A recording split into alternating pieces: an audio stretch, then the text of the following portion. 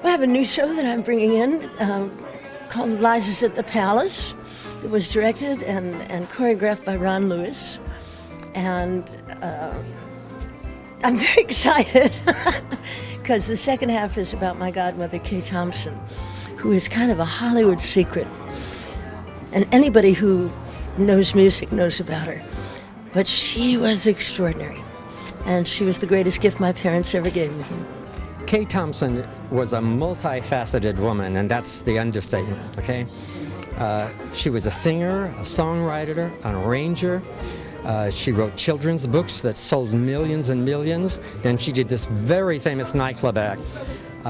It was, at the time she did the nightclub act, she opened it at Ciro's, and normally a star would play Ciro's at the most 2 weeks. She stayed 63 weeks at Ciro's. My God, I remember her nightclub act. I saw it when I was 2. You know, sitting on my mom's lap across from my father at Ciro's. And I saw this woman that was my godmother whirling across the stage because she wasn't locked in by a microphone, because she had hung mics. And she became the biggest nightclub act in history. It's probably the highlight of all of our careers. Liza's a wonderful human being and a great spirit. She's kind of all things. As far as she's concerned, it's a lot of new material. A lot of, I mean, obviously her greatest hits and stuff that people want to see, but there's going to be stuff that she's never done before. And we're putting in 2 new numbers that we're working on now, 2 of Kay's charts, brand new, which is great. I understand what the violins say. My heart was hit. So honey, hold me close.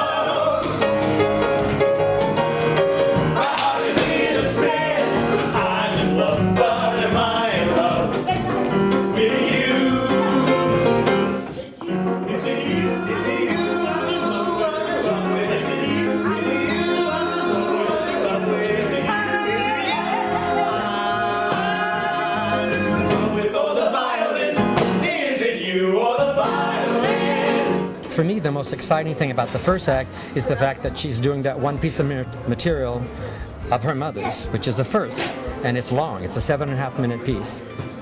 It's called At the Palace, and it was written for her mom, and it was called Judy at the Palace. I sing all the songs that luckily people have made me famous for, and then I'll sing some new stuff too that you haven't heard before.